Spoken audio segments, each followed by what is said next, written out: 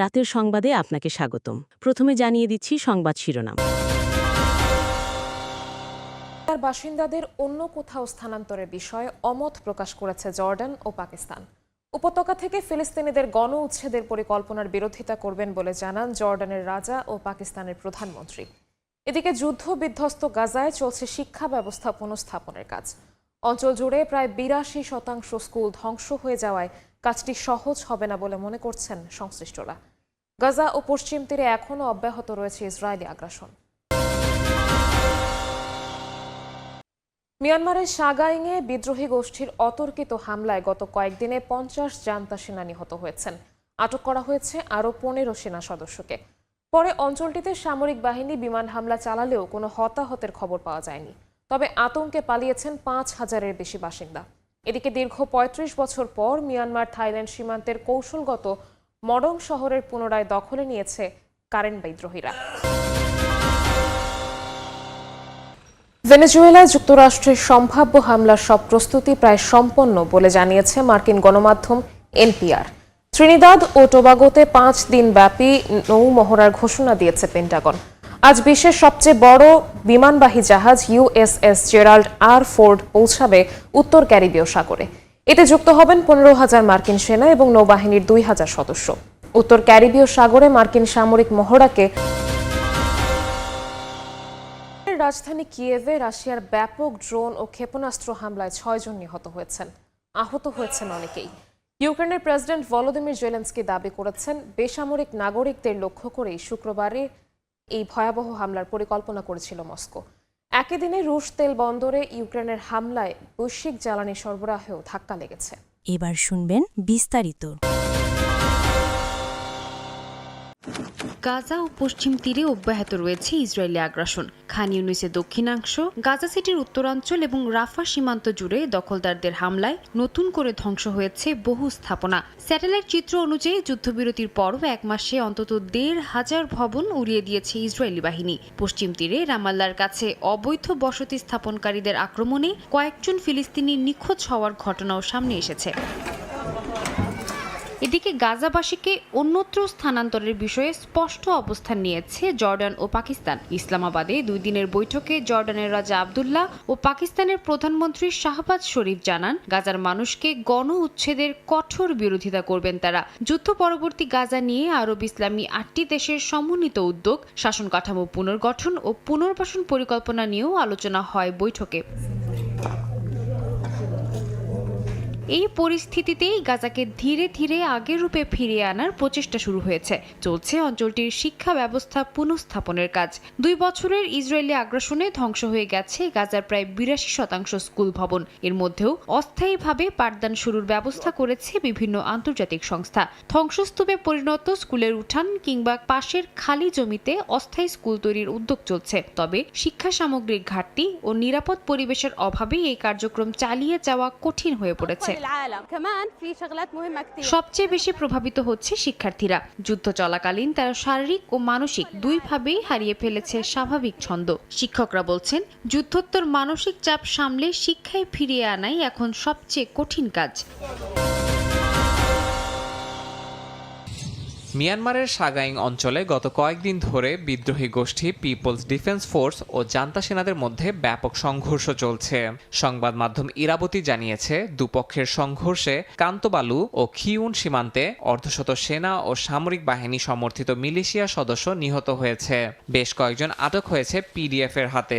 ঘটনাস্থল থেকে উদ্ধার করা হয়েছে বিপুল পরিমাণ আগ্নেয়াস্ত্র। অতর্কিত হামলায় সেনা নিহতের পর ওই এলাকায় আকাশপথে আক্রমণ চালায় সেনাবাহিনী। তবে হতাহতের কোনো খবর পাওয়া যায়নি। দুপক্ষের তীব্র সংঘাতের জেরে অন্তত ১৪টি গ্রামের ৫,০০০-এর বেশি মানুষ ঘরবাড়ি ছেড়ে পালিয়েছেন।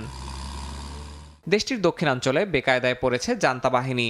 দীর্ঘ ৩৫ বছর পর মিয়ানমার থাইল্যান্ড সীমান্তবর্তী কৌশলগত মডং শহর পুনর্দখল করেছে কারেন ন্যাশনাল ইউনিয়ন কেএনইউ বিদ্রোহী এবং তাদের মিত্ররা।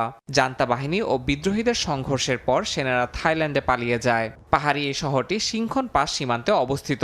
এর পাশে থাইল্যান্ডের প্রাচুয়াপ খিরিকান প্রদেশ। মডং একসময় কেএনইউর মাইক জেলার সদর দপ্তর ছিল। ১৯৯০ সালে এটি জান্তার দখলে চলে যায়। এদিকে মিয়ানমার ভিত্তিক আন্তর্জাতিক প্রতারণা চক্রের বিরুদ্ধে অভিযান শুরু করেছে যুক্তরাষ্ট্র। মার্কিন বিচার বিভাগ জানিয়েছে এরই মধ্যে থাইল্যান্ডে গঠিত নতুন স্ক্যাম সেন্টার স্ট্রাইক ফোর্স মোতায়েন করেছে FBI। অভিযানের অংশ হিসেবে এরই মধ্যে কারেন্ট স্টেটের তাইচ্যাং স্ক্যাম কম্পাউন্ডের ওয়েবসাইট জব্দ করা হয়েছে। এছাড়া স্ক্যাম ব্যবসায় জড়িত থাকার অভিযোগে Democratic current benevolent army DKBA এবং এর কয়েকজন নেতার উপর নিষেধাজ্ঞা আরোপ করেছে যুক্তরাষ্ট্র। স্ট্রাইক ফোর্সের দাবি, চীনা অপরাধ চক্র পরিচালিত এসব কেন্দ্র থেকে প্রতি বছর মার্কিন নাগরিকদের কাছ থেকে প্রায় $10 বিলিয়ন হাতিয়ে নেওয়া হয়।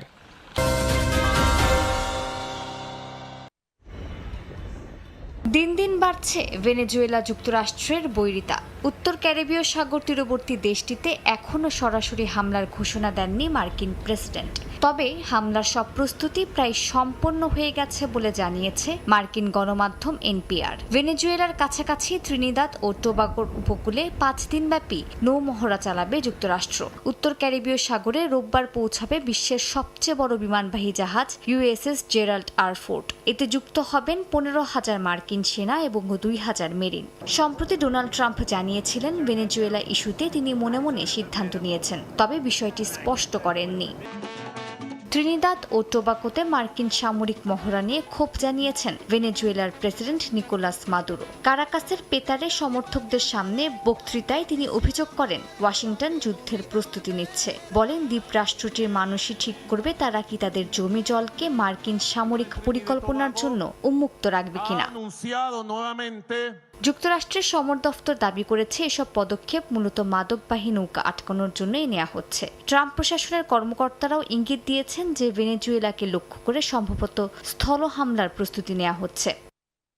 CNN-এর এক প্রতিবেদন অনুযায়ী ভেনেজুয়েলায় বড় ধরনের অভিযানের জন্য প্রয়োজনীয় সামরিক সক্ষমতা এখনো মাঠে নেই। ভূখণ্ডে আঘাত হানলে মাদুরো বাহিনীর প্রতিরোধ আর মার্কিন অভ্যন্তরীণ রাজনৈতিক চাপ সব মিলিয়ে মার্কিন প্রেসিডেন্ট ডোনাল্ড ট্রাম্প কঠিন বাস্তবতার মুখোমুখি হতে পারেন। বিশেষজ্ঞরা বলতে হলেও ক্ষমতা বিরোধীদের হাতে যাওয়ার কোনো নিশ্চয়তা নেই। তাদের মতে মাদুরোকে সরানোই শেষ লক্ষ্য নয়, বরং শুরু। স্থিতিশীলতা ফিরিয়ে আনতে যুক্তরাষ্ট্রকে 5 থেকে 10 বছরের পরিকল্পনা নিয়ে মাঠে নামতে হবে।